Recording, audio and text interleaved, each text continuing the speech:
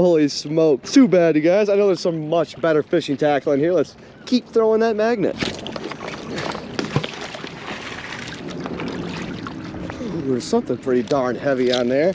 Look at that, man. What the world? Looks like a really old mine cart wheel or something, you guys. Check that out. It almost looks hollow, like there's something in there. There's like a little, it almost looks like a electrode or something where you would connect wires to it there. I have no idea. Maybe if I got some extra time, we'll throw this on the bench and scrape all of that rust off there. See if we can find any remaining words, stamping, or label on there, you guys. This one is really weird. Pretty darn heavy, too.